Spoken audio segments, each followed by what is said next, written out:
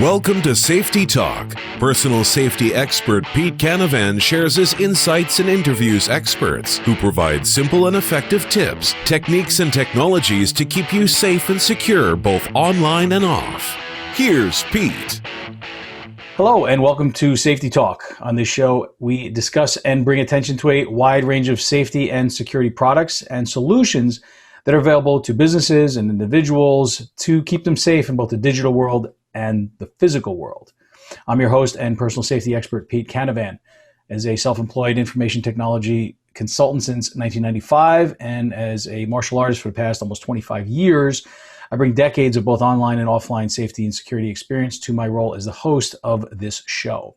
To learn more about me, you can always visit my personal website at petecanavan.com. So thanks so much to our listeners for being here. Don't forget to subscribe to the podcast and check out our YouTube channel at safetytalkvideos.com. We appreciate you helping us spread the word, spread the love about Safety Talk and our guests and their incredible products and solutions that they provide to keep you safer and more secure. Today's guest is one of New York's finest. Speaking of keeping people safe and secure, he's done it personally. He's a sergeant and 19-year veteran of the New York City Police Department. He's also a managing director for Great Point Strategies, which is a public safety training and consulting firm. He's also the Northeast representative for a company called PursuitAlert. We're going to get his information on what that's all about, but it's a real-time public safety alerting technology, so it sounds very interesting. He holds a bachelor's degree in criminology, a master's degree in public administration. He's also a graduate of the FBI National Academy. He currently serves in the NYPD's Transit Bureau, where he's responsible for strategic communications as well as policy recommendations. So with that, it is my pleasure to welcome Paul Grattan to Safety Talk. Welcome, Paul. Thank you, Pete. It's a pleasure to be here and join your show. I'm a big fan of the show, and I often find myself listening on the train ride to work. Oh, nice. And thank you to you and every one of your listeners for what they do to make the world a little bit safer for people like me and my family. I think it's increasingly important that we have a community of folks that are invested in their own personal safety and personal protection, and frankly, that's what makes us all safer in general. So I greatly appreciate that and appreciate being here. Thank you much. It is, each individual's individual responsibility. So, we have to, take ownership of that. And in conjunction with different strategies and solutions and tools and technologies that are available to us, that's what I really try to do with the show, is to educate people about some of the new stuff that's out there. I love going to the different security shows and, learning about new technologies, and then bringing companies on to talk about what they have to do. So definitely excited to have you on as well. Share some of your insights with our listeners into what you've learned with regard to personal safety and public transportation. I know your sort of expertise has been in urban rail, specifically protecting the great subway system of the city of New York. And our listeners are sure to enjoy hearing some tips for hazards about that, as well as on the roadways and mass transit, because there's bad actors out there, right? And you have experience with things, even police pursuits, but a lot of us, we spend time traveling, right? Whether we're going to and from our homes or our jobs or the gym or the supermarket. And, wherever it happens to be that we're traveling to, there are always things that we can do to make ourselves safer. And, sometimes we spend more time than we like in the car, right? You're stuck in traffic, or you're routed, maybe a detour takes you out of the norm. Now maybe you're having to go down streets you're not familiar with. So there's all these things that, really make it critical for us to understand what we can do, to make that experience safer for everybody, because they're trying times out there. We're in 2020, it's been a year like none other, and millions of people they still continue to rely on public transportation and mass transportation. So that insight information that you'll share with our listeners, I'm sure they're going to find is very, very valuable. Yeah, you're absolutely right, Pete. It's funny when you think about it, but it's also a little depressing when you think about it, right? How much time we spend going from point A to point B, getting to where we want to be, whether it's getting back home or getting to some place that we want to visit or getting to work, right? But that's why it's critically important that's why we have transportation security as its own sector, right? It's absolutely critical that we talk about that separate and apart from all the other safety safety matters in our lives and in our families' lives. I think, having a dedicated mindset towards your own personal safety and security and crime as it relates to transit and public transportation is increasingly important, particularly in, like you said, a year like no other. This year certainly changed a lot of people's perspectives on a lot of things, and it changed the transportation environment as well in many different ways. Yeah, I mean, safety and security has never been more top of mind. It's gotten increasingly chaotic as things have gone on. We have lots of challenges that we have to face, and so it's something that we all, I think, as a whole, are starting to pay a little bit more attention to. I know I've been getting more inquiries from people about how to increase their safety and security. I'm sure you and just about everybody else in this industry has seen that as well. So you've got almost 20 years in law enforcement, and you've experienced firsthand changes in crime trends, right? And so, I mean, this has been a trend that probably made really a spike here in New York, particularly, and I think we all know why. We won't go down that road. But my first question is a two-part one, and that is, what has been your experience over those 20 years in terms of what you've seen in terms of the crime trend, and then how does that compare to what it's like today? Yeah, well, to start, to answer that, I'll just say that thankfully we're a lot better off in general than we were, say, 2 decades ago or more even. Now, I've got nearly 20 years with my agency, but it's important to also remember when I came on, a lot of the gains had already been accomplished. There was good momentum already moving forward in terms of crime trends in many major urban areas, and particularly New York City, and what we would call a tri-state region. So the metropolitan area. So, I'll also add, though, that there's definitely reason to believe that, or reason for some concern now and over the last few years. We've seen a lot of different policy changes. We've seen a lot of trends that were related to criminal justice reform, some good and some that have negatively impacted our ability to curb crime and to prevent disorder. So overall, I think the trends have been largely good. We've made a lot of gains, but we're at a critical point right now where we don't want to give up on any of those gains either. And absolutely, I think, we don't want to go backwards, and it seems, unfortunately, and you see New York in the news, it has gone backwards in a lot of ways, and that's got to be really, disturbing to you, right? Because you're out there, you're working, you're on the front lines, you have people that and they're all out there trying to keep the citizens safer and more secure, but yet at the same time, there are things that are being done, we'll talk about policy a little later, that really have hampered that, and it's crazy to see it occur. And as I said, it's disturbing, especially to someone that is on the front lines and they have to deal with it day in and day out. It is, and it's disappointing at times as well. And that's why part of my job, especially working in communications now and in media, part of my job is thinking of ways to basically remind some of the younger folks out there that it wasn't always that way, right? I'm older. I'm 41 years old, and a lot has happened in those 40 years.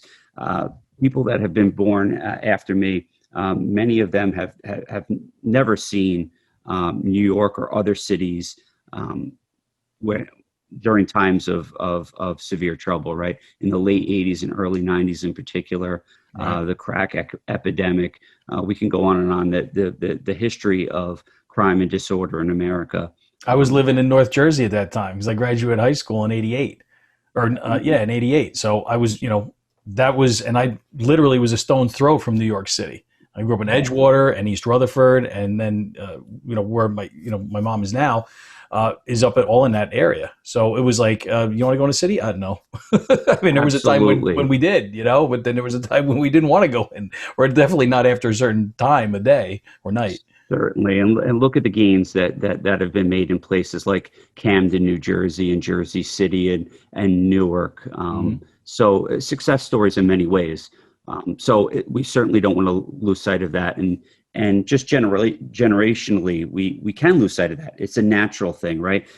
My children now, my three children, were born in a relatively safe environment, and they can't reflect back on when times were bad. So we tend to change the way we make investments. We change our opinions on things like reforms when times are good. So I think we certainly, owe it to ourselves to be a little careful with that. Undoubtedly, it's and it's our duty to educate them too, and say, hey, look, this is, it wasn't always like this. That's why, it's important to know history so we don't go back and repeat it, right? Perspective is critical. It's, look to 9/11 as an example too. We're going on the 20-year anniversary of the 9/11 terrorist attacks, and we're quickly approaching a time period now where we will have children that come onto the police force that were not even born when 9/11 occurred. So we have to constantly keep that perspective. We do have to educate future generations, and we have to remember some of these critical events in history and remember them as they occurred, so that we can make sure that they don't happen again. Yeah, and currently we're seeing it on the news. I mean, that's why we'll talk about people concerned for their safety and security right now. You can't ignore the disorder, the unrest, the riots, and everything else that's going along with it all over the country. And so although I think that we are, as you say, we're for the most part we're better off today than we were. In some respects, there are some other now threats that most people didn't even think were possible. I mean, I wrote about, I don't know, maybe 5-6 years ago, I wrote a guide on how to survive a riot. Just some basic tips. It wasn't a big, long book or anything. It was more like a pamphlet, but it had a lot of good information for people that were concerned about that sort of thing, because it could happen occasionally. But then it started happening this year way more than just occasionally. Sure, and it became very real. Yeah. It became very real for a lot of people that Absolutely. I think it, up to that point kind of just brushed it off and dismissed it. So without, getting political, let's talk about a little bit about some of what the statistics are saying. Sure. Because the FBI has their stats they come out with all the time. Absolutely, yeah. And just a little bit of perspective is a good thing, right? And in 2019, we saw across the United States, the FBI's UCR reported that most major crime categories were down nationwide. But that's why it's critical to get a little more granular, right? We can go to many towns and cities in this country that did not experience that as a whole. So it's very important to keep that perspective in mind. We are losing some of those gains. We're losing them largely in urban areas, but we're seeing the suburbs affected as well. So when we look at the national scale, we can still be a bit fooled when it tells us that crime is down. But overall, I think that is good to have a national picture that looks like that right now. If most Part 1 or index crimes are down, I think that's a good thing. That's ground that we don't want to lose. But it's certainly not what's happening in some urban areas right now. And I think what's strange is that this year is going to throw a lot of statistics off, not just crime statistics, but all statistics are going to get way thrown off this year because of the strange, circumstances that have plagued us since the beginning of the year, basically since February and March. And so, crime stats are probably going to look like they're way down because nobody was going out. The bad guys weren't going out. The good guys weren't going out. So there was nobody out there to rob or to steal from or to carjack or anything like that. So all of those statistics are going to be, it's going to be an anomaly when you're looking at the graph, right? You can see maybe a trend going up, maybe a trend going down, and you're going to see it fall off the table. 100%. Yeah, absolutely. And now we did see some things increase as a result of a pandemic. The riots and arson. Sure. The pandemic can be inviting for certain things. For example, we saw ridership in our subway system plummet, and ridership across most urban transportation systems declined. Right, everybody's quarantined, they're out of work, they're locked up in their homes. Right, that can be an inviting environment. We saw burglaries rise, for example, because there were storefronts and what have you that are closed down, and nobody's really kind of minding the store, quite literally. Right, so but then it did decline in many areas. Right, we saw our assaults and our robberies and our larcenies go down in steeply because there was nobody riding the system. So yeah, this is right. Put an asterisk next to this year for sure, and frankly next year as well. Right, we're going to see we're in a recalibration right now, and we're not going to be able to compare these statistics to much of anything when it's all said and done. Right, you're right. They have an asterisk there. When we look back on it, it's going to be like, wow, that was crazy, because you're going to see little spikes in certain things, and then everything else you're going to see, downward, sharp downward trends, and it's just something that we're all dealing with now. Happened for a while. Everybody's hoping to just get it behind us. I think just about everybody listening is thinking, just get 2020 over with, right? Let's just get it. Just please, nothing else, right? But we've said that before, and then boom, and something else. Absolutely. That's why it's important to keep the goals in mind, right? Because they don't really change, right? We want to be safe, and we want to get safer, and we want to see less crime in our neighborhoods, our communities. So that goal remains the same, thankfully. So we could be equally committed to that, despite the other variables that change and the other noise and political noise that throw us off from that. We're focused on the prize, and that's our own personal safety, the safety of our families. Right, and that's what everybody wants. So a lot of your work has been done in transit policing, and so I want to drill down a little bit more into that in terms of the public transportation. And what would you tell people? I mean, a lot of people ride public transportation, whether it's buses or subways, etc. What would you say is kind of unique to that environment and to how you're dealing with that, and why it's important for people to sort of maybe do certain things specifically when they're taking public transportation, and why we need to kind of take a look at that and reflect back on it? Yeah, it is a unique environment, whether it's and my world is largely the rails. And then we have in my city, like so many other cities and towns across the country, have a substantial bus system as well, right? Mm-hmm. And it's a unique environment for a few reasons, not the least of which is you're virtually captive, right? You're on this bus, or you're inside this train or a light rail or a commuter rail, and you're in between stops. You're squeezed in with strangers. You're sitting scrunched in between two people you don't know, and there's an element of a raised level of fear about being in this unfamiliar environment as much as maybe you use it every day. This environment where you can't go anywhere, it's much more difficult to get help. You're in between two different subway stops, or out in the middle of nowhere on a commuter rail train in Jersey or Long Island, or in California, in Sacramento, right? And getting from point A to point B. It's very, very, it weighs heavily on people's minds. There's a reason that it's the laws pertaining to FAA regulations and federal laws pertaining to aviation transportation are so serious and significant, and it really is rooted in how dangerous of an environment it is. Right, you're 30,000 feet above the ground, and there's only maybe two people on board this plane that are qualified to even control it, right?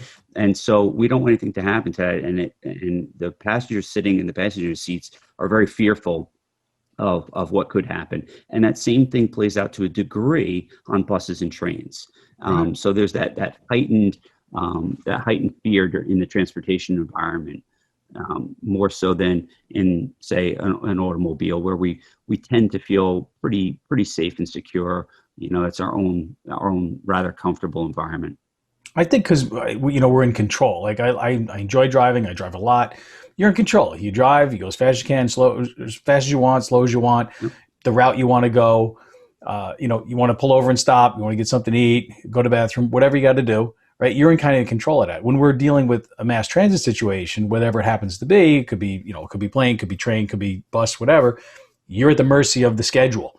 You're at the mercy of the person who's in control of that piece of transportation, whatever it is. You're not going to know how to drive that train if something happens to the conductor, right? You're not going to know how to actually drive that bus if something happens to the bus driver. When was the last time you drove something that long, right? Or try to navigate city streets with it, for that matter. I don't know how they do it, right? But it's something that we have to have that heightened sense of awareness about. All right, well, what would happen if the bus driver had a heart attack? And we started to veer off course into oncoming traffic? Or what happens if something happened to the train and there was a derailment? What would I do? It's exactly as you described. These things weigh in the back of people's minds, enough so that it makes us skittish in these environments, right? It makes us a little bit nervous. The good part of this is it can heighten our awareness a little bit. I mean, there's a danger too in being hypervigilant. It's not really something I can ask of you. It takes too much of our time, energy, and focus to do that all the time. Right. We become hypervigilant when we get other cues and we get keyed up on something, and get a little bit more defensive. We can be on higher alert, but we certainly can't maintain that status all the time. But transportation environment kind of pushes us in that direction for sure. And the other common denominator here in terms of the uniqueness of the environment is the crowds. Everybody's really can be, depending on where you are and where you're going, can really be packed in there. And it makes Port Authority, for example.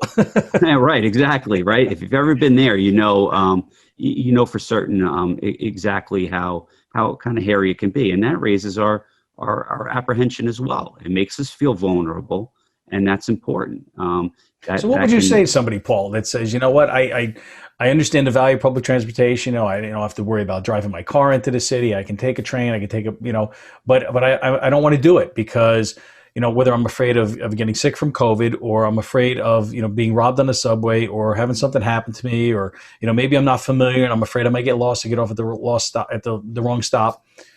What would you say to somebody to kind of try to bring that level of apprehension that they may have towards it down a bit? Right. Well, so the good news, right? The good news is that serious crimes in public transportation, they have trended down for a long time. The environment is pound for pound relatively safe. I mean, I'm speaking very generally, right? Because things vary by city and how much each city and transportation jurisdiction has invested in their safety, right? So there's a lot of variables here, but overwhelmingly, it still is relatively safe to take a public bus or a public train in most areas.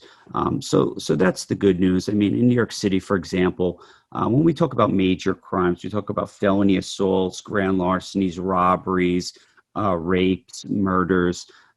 We only see a handful of these crimes a day.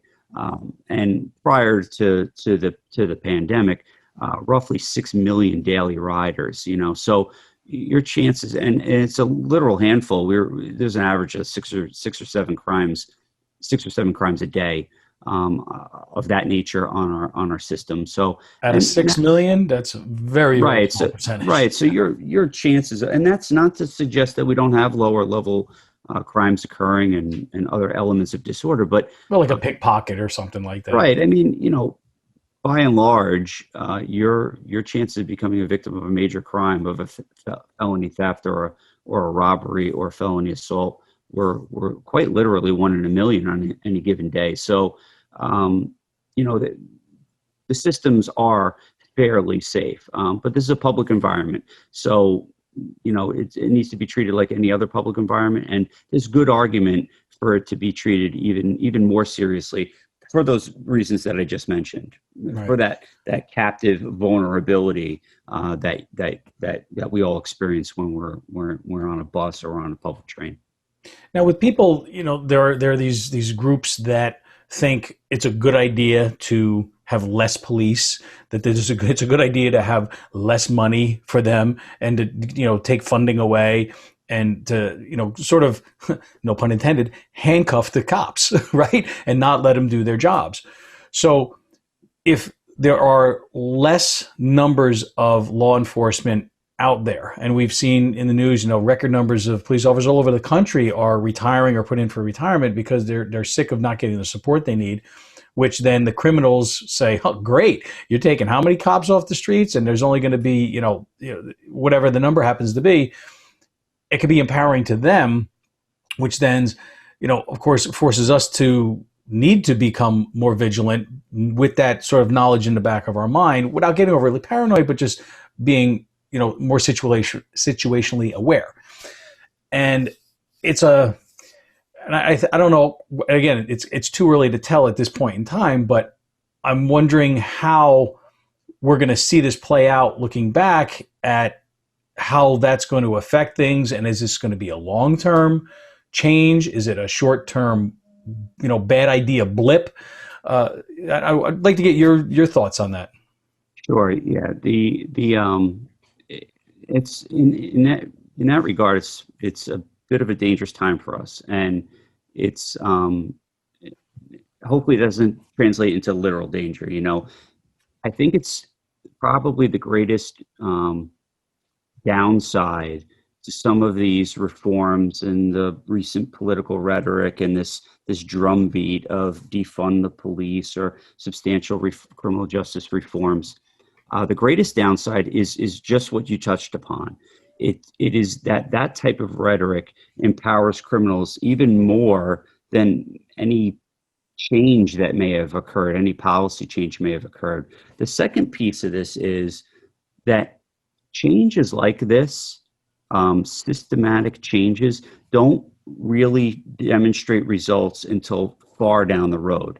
Right. Months, a year, and sometimes even many years down the road, we'll be seeing the effects of changes, ill-conceived changes, and changes where professionals in criminal justice were not really consulted, we'll see how they finally play out long after certain politicians have come and gone. Right, with these knee-jerk reactions. I mean, to placate a certain segment of the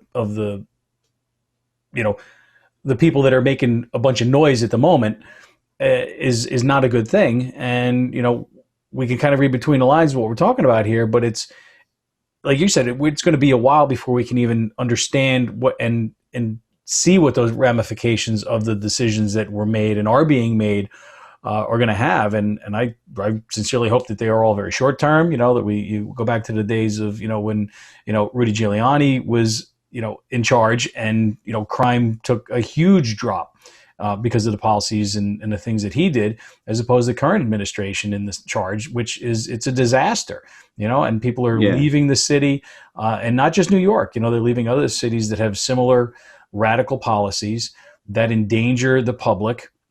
We're talking in general here, not necessarily public transportation, of course, but it's all sort of wrapped together, because it's like, I want to go where I feel safe, right? I don't think too many people want to move to Chicago, for example, right? I mean, I think I heard today someone gets shot in Chicago every 2 hours. Every 2 hours, every day, somebody gets shot in Chicago. It's like, what? It's insane when you think about it, and that stuff's got to stop. It's got to be addressed, and it's got to be talked about, and a lot of people don't want to talk about it, or they just ignore it and don't, it's not happening. Which surprises me, because, for any, whoever it is, any government leader, any community, whoever it may be, I cannot wrap my mind around why you would want your city or your town to be known for crime. I mean, public safety has to be a number one investment for any any It's a number one job of the federal government, right? Is to ensure the safety and security of its citizens. Right. I mean, right. Government exists to to maintain a level of order so that we can move on with our lives with a relative with some relative safety, right? So it's really the basis for all other things. So how somebody wouldn't invest in public safety in their jurisdiction is beyond me. Whether it's literal investment or it's policy moving forward or whatever the case may be. So, but it gets back to what we spoke about a little bit earlier, and that is, are we forgetting how good things were? I mean, are we forgetting how bad they were? I should say, really, how good they've become. Mm-hmm. Once we lose sight of that, it makes it all too easy to suggest that we're in need of some type of a change, that we're in need of a reform, that we could do without this or that, or that we should institute this or that. And I think that's probably going to be your answer to this question, because I think I know the answer. But what is one of your greatest concerns when it comes to both safety in general as well as transportation safety and crime moving forward down the road? Yeah, it is absolutely these policy changes. That I think that has to be. It's got to be the number one thing that I'm worried about. It's got to be substantial policy change without the input from key stakeholders, and that really means not politicians. There are plenty of people in this country that understand how criminal justice systems should operate. They understand policing, and they understand what's effective and what's not effective, and they understand how it can all be done while treating people fairly. Right. So there absolutely can be both, but criminal coddling isn't gonna work for anybody. No, except the criminals. There are bad people, right? No, there are bad people in the world, and they have to be dealt with on some level, right? And doing away with no cash bail is got to be the second stupidest thing I've ever heard. Yeah, I mean, it's right on its face it is, but and then there's more to it. It's you just took power away from judges. What do we have judges for? If we're not going to give them some level of discretion to decide, what to do with a particular case or a particular person. So specifically with regard to public transportation, we talked a little that, some people are going to be apprehensive about that. Especially if they're uncomfortable, maybe they're from out of the area and now they're having to rely on public transportation. Or it could be somebody that rides it every single day back and forth to work. What types of crimes are you seeing or have you seen being reported most often in that sector, in public transportation? Well, just taking from my experience in a large city, one of the things that we see a lot on our rail system is property crimes, and that's universal, pretty much across the country. Like somebody coming up to you and saying, "Hey, I like that watch. Give it to me." Yeah, we see a lot of what we call pickpockets or bag openers. We see a lot of quote unquote phone snatches, grabbing a cell phone or electronic, valuable electronic right from somebody's hands. Well, what do they expect when they make these phones cost $800? Right. Like you blink and it's gone. Yeah, I mean, one thing that's particularly of concern or kind of unique to the subway environment is thefts from sleeping passengers. So it's not uncommon for a New Yorker to work 2 or 3 jobs, right? I mean, it's a late night or work hard, play hard, right? Maybe you've had a little too much to drink, you've enjoyed an evening out, and it's 3 or 4 o'clock in the morning. You're asleep on the train or you fall asleep on a bus. You basically make a perfect victim, and you fall asleep with your phone in your hand. We see that all the time. We also see a rather unique crime related to sleeping passengers where offenders will cut open a victim's pocket, right? You're sitting on a train. If you can picture this, you got your cell phone inside your jeans or your shorts or whatever. You got your wallet in there, your credit card, you stack of credit cards, and you can see that plainly when you're sitting. And now you're asleep, and somebody comes up to you and says, "Hey, you okay? Hey, man, you okay?" And that's really just to check you, right? If you wake up, then hey, Move on. just checking to see if you're okay, right? You know, and if you don't, you sound asleep, and I cut across the top of your pants, but basically the top of your cell phone with a razor blade, and remove them without even having to get them out Wow. of take them out of your pocket. So so we see a lot of that type of crime. That's just a very unique type of theft. Don't sleep or get boozed up and pass out on the subway or the train. Right. The Yep, buses, yep. right? There's a reason that they call the criminals that specialize in that lush workers from years ago. Not too many people use the term lush anymore, but that's what it's rooted in is people passed out after a few too many. Interesting. Let's talk a little bit about how that would affect, in general, again, somebody's quality of life, right? Because there are quality of life crimes. You know, people think it could be a big problem. Maybe it is, maybe it isn't. Do you think people should be more concerned about these lower level crimes? I mean, I would think so. And then how do you think that that's going today? You know, is it better? Is it worse? What are your thoughts there, Paul? Now, taking the temperature of my local area, it's absolutely of top concern right now. People are not as worried necessarily about being robbed or seriously assaulted necessarily on a train as they are encountering an emotionally disturbed person, somebody in crisis who's acting up, who's mentally ill, encountering homeless individuals taking up seats and stretched out on the trains and buses and benches, platform benches, and so forth. These are the things that everyday New Yorkers feel. These are the things that impact their commute, and it's not unique to our city at all.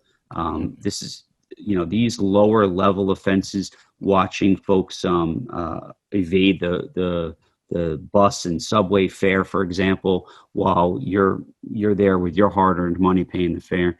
These are the things that folks see and feel, and that's a big deal.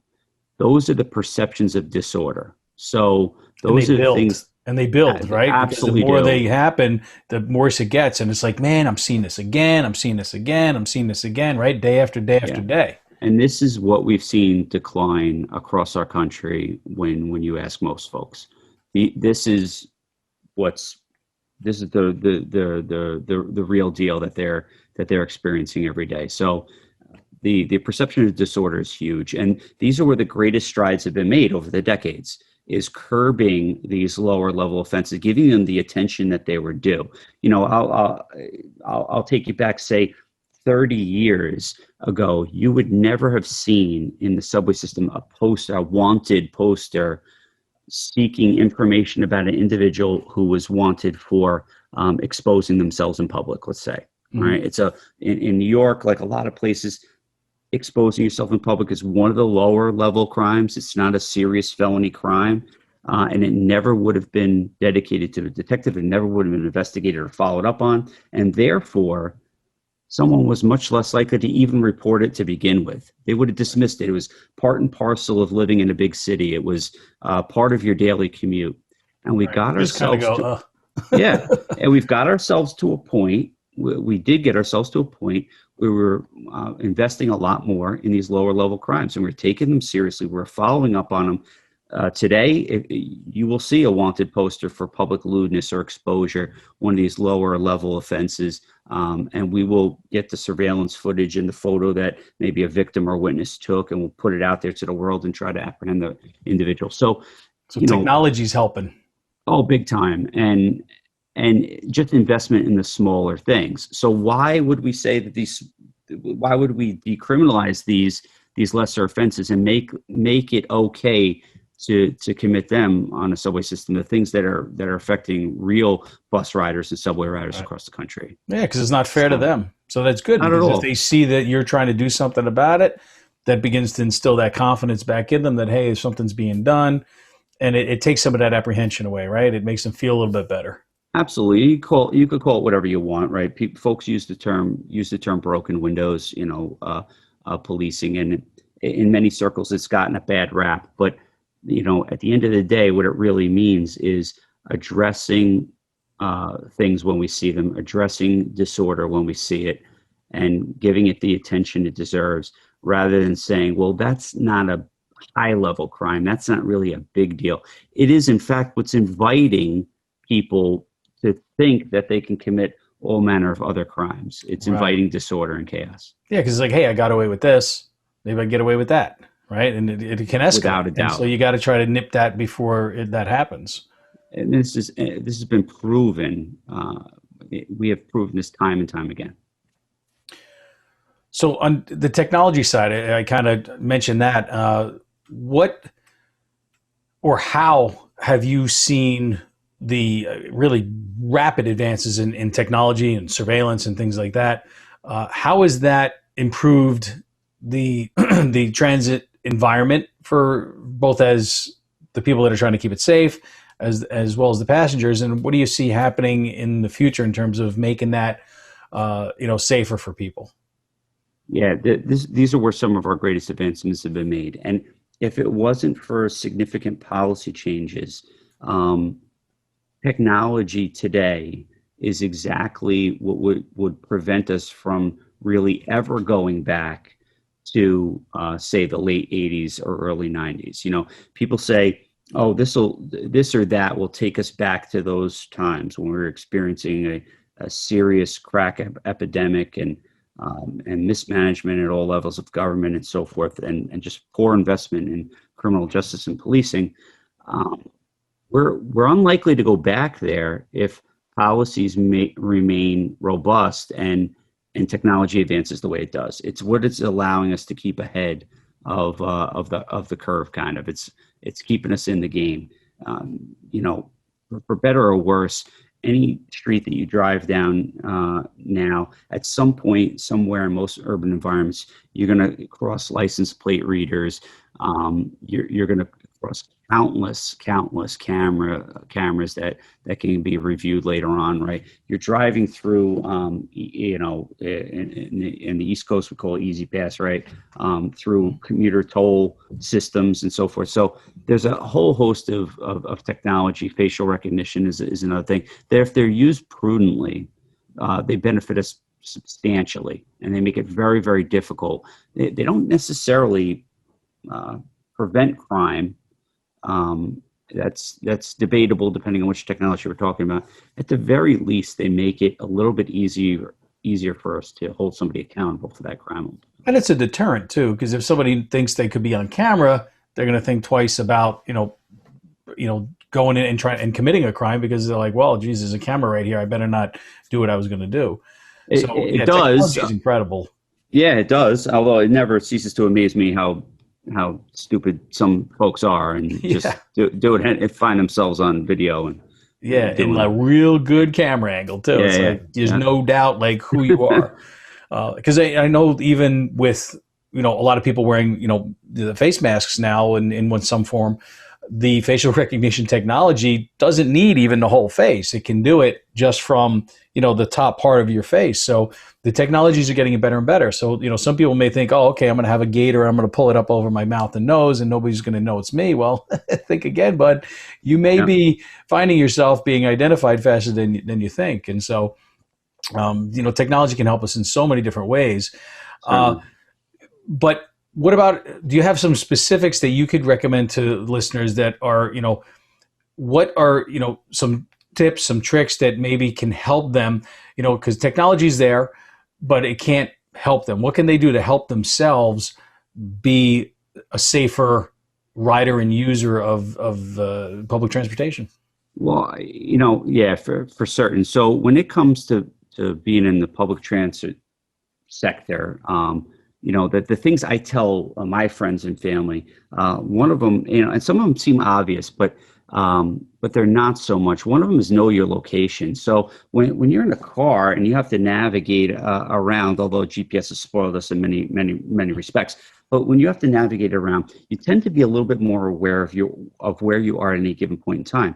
But when you're riding a railway or you're riding a subway or a bus, you have it's one of the luxuries of not having to worry about driving and having to get there necessarily. You can relax a little bit. Or you can read a book, you work on your laptop. Somebody else is doing the driving, right? Yep. And that's great. But the only problem is, and we see this a lot, and this is the reason I recommend it as kind of like a top tip is, when people do need help, they don't know exactly where they are. They don't know which station they're next due to come into. They don't know what intersection they're near on a city bus. So knowing your location to whatever extent you can, be a little bit more aware of exactly where you are, can benefit you tremendously in the off chance that the stuff hits the fan, so to speak. And then you find that's a great tip. in trouble.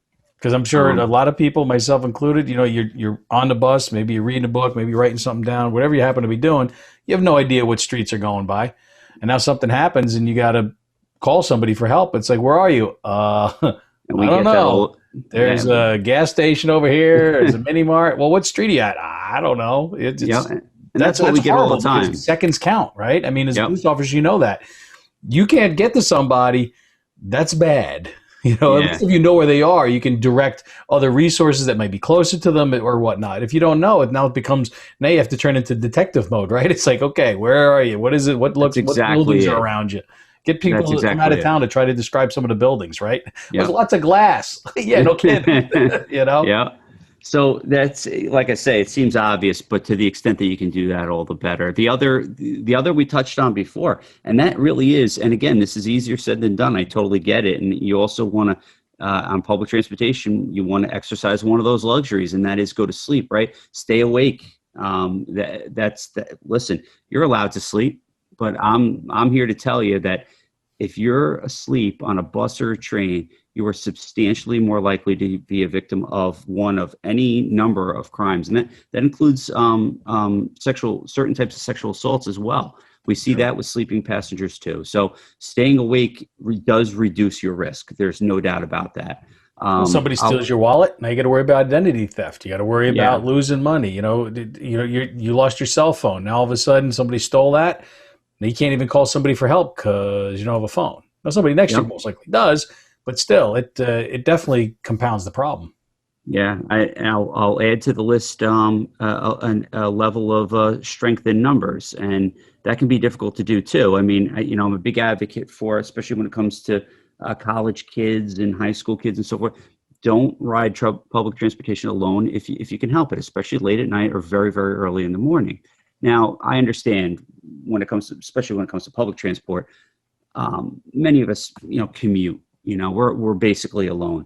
Well, I'll tell you, there's a lot of benefit in kind of developing a buddy, somebody who's like-minded, who is unlikely to do you much harm, that maybe takes the same pathway that you do every day, is always at the bus stop or kind of always on the same train as you. Giving that person a good morning here and there, even if you don't want to be their best friend, and even if they're not interested in that, can really benefit you when you're experiencing a problem, when somebody's giving you a hard time. That's somebody that's more likely to help and intervene on your behalf. And you're never truly alone either when you're on a bus or a train. There's also a driver and or a train crew. So situating yourself near them, I'll add to that kind of that don't ride alone buddy system tip. If you could situate yourself in, say, a conductor's car on board a train or a little closer to the driver, you may find some benefit in that when it comes to safety. No, I think that's a great tip. Both of those, situate yourself towards the person who's in control of whatever it is that you're riding on. But having a buddy, get to know somebody. Like you say, you don't got to be their best friend, but, get to know them. You see them riding the same train with you day in and day out. Maybe you see two different people, right? Maybe you see the same person, as you're going to work. And then there's a different person you always see when you're leaving work, right? Just because of the times and who it is. And, talk to them a little bit. Say, hey, how's it going? Here we go again, whatever. Strike up a conversation with them, get to know them a little bit. And then you can even have that discussion if you want, right? It's like, hey, man, if I ever see somebody, trying to pick your pocket or whatever, I'll let you know. You offer that assistance first. And then it'll be like, oh, man, thank you. I'll definitely do the same for you, right? It's so much easier for someone who's going to step up for you when somebody's giving you a hard time or if somebody feels as though they're being followed. It's somebody that you can then feel a little bit more like you can approach them. Yeah, absolutely. That's for sure. Yeah. I'll add to the list find my iPhone and make sure that it's activated. I see that a lot too from personal experience. We go to help somebody out, and there's other. Don't get me wrong. There's other technology out there, and I just happen to be familiar with my trusty iPhone. But for those that are using other devices, there are similar features and apps that can achieve this as well. You use that technology and make sure you have these things activated. I can't help you find where the perpetrator took your phone is if you never had your Find My iPhone feature activated. So, and I'll add to that a lot. I'll add to that, Paul, that you can also turn this into a personal safety device.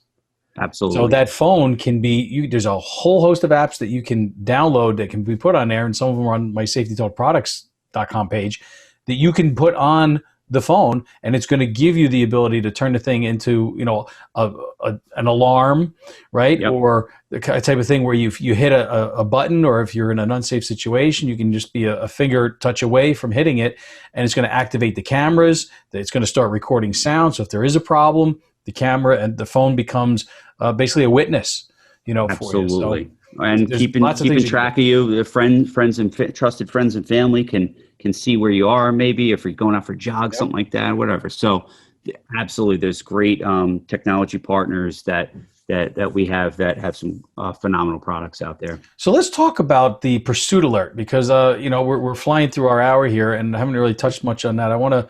So as I said in the beginning, you are a representative for this company here in the Northeast region, and it's a real-time public safety alert technology. Can you tell us a little bit more about it? I'm going to pull the website up for those of us watching absolutely. on YouTube, and they can take a look at it. Right. It's the company's truly grounded in simply saving lives. The company's founder, Tim Morgan, down in South Carolina, was an under sheriff, and in his jurisdiction, he experienced a tragic pursuit where a young man lost his life, and it touched him personally to the extent that he knew he wanted to do something to make high-speed police chases safer for the public.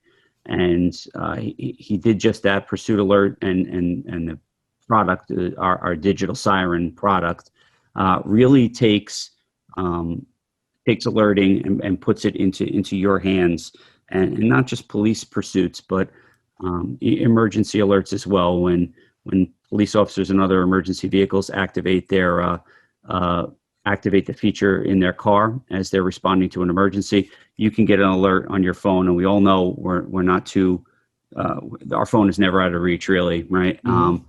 And increasingly too, we're driving around in cars that are very buttoned up. They're very high quality with sound reduction, and we also have very good audio systems, right? And people are playing their radios and everything else.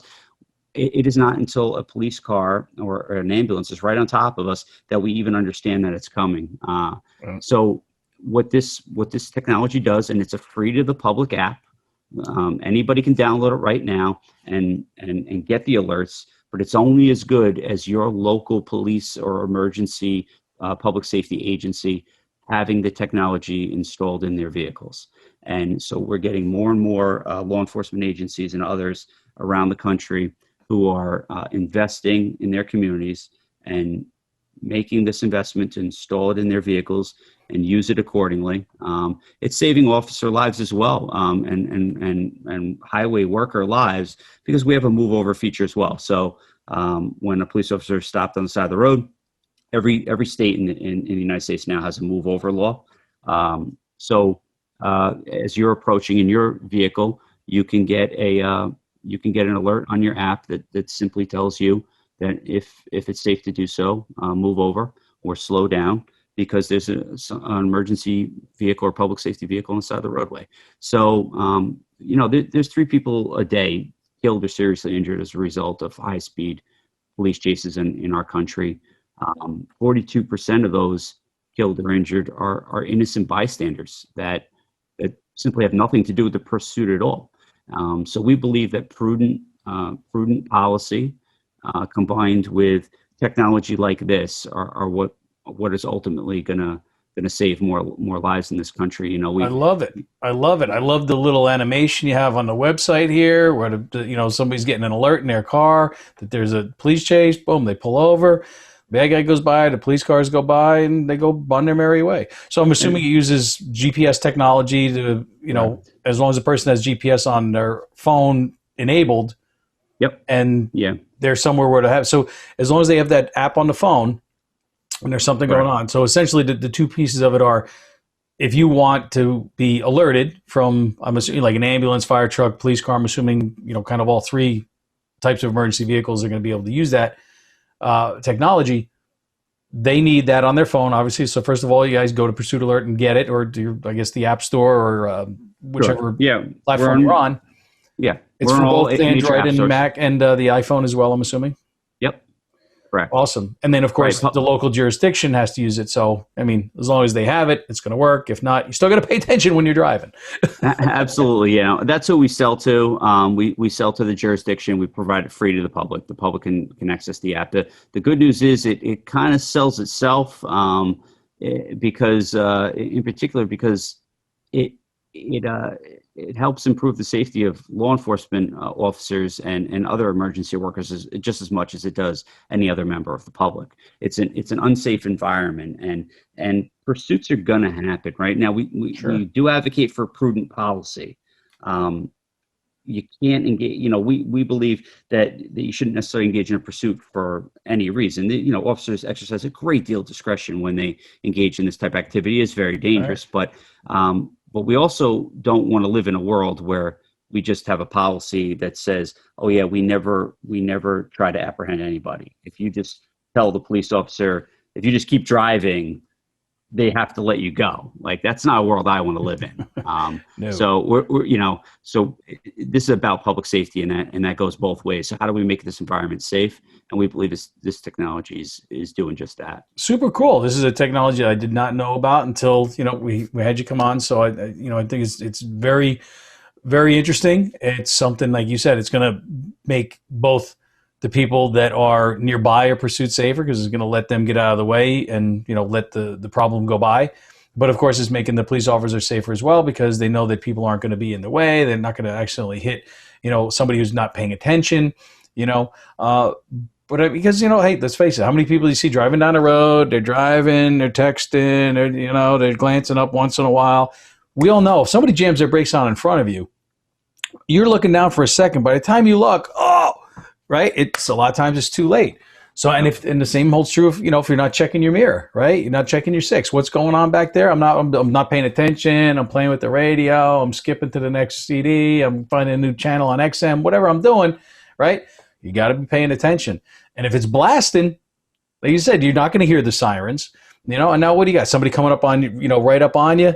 They could be knocking you out of the way. If it's, the pursuit, what happens if it's a big truck, maybe drive right over you, so it's something where I can see a great, way to fill a need that maybe a lot of police departments don't even realize they need to have. Right. So, you educate them about it, and they probably all go, wow, this is a pretty cool technology. I want to use this. Right.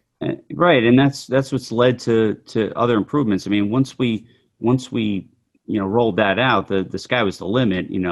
Agencies came to us and said, how would it be possible to alert drivers to maybe try to move over if they are approaching one of our vehicles? So, we built out features like that, and we have critical incident features as well. If you're within a particular radius of say an active shooter incident, the officers on scene could broadcast something to the surrounding app users' cell phones that say, "Hey, listen, be on alert. There's something going on right now.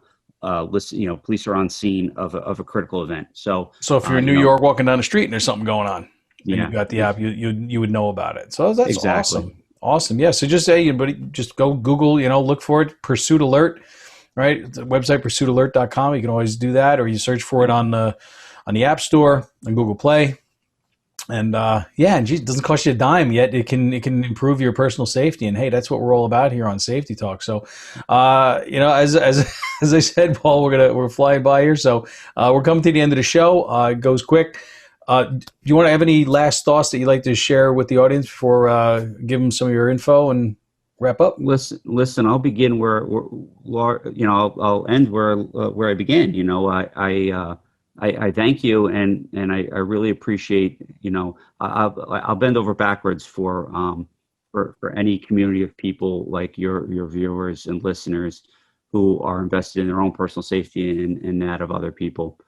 These are conversations we need to have more and more. We like to say in New York a lot that public safety and crime reduction really is a shared responsibility. Absolutely. It takes all of us. To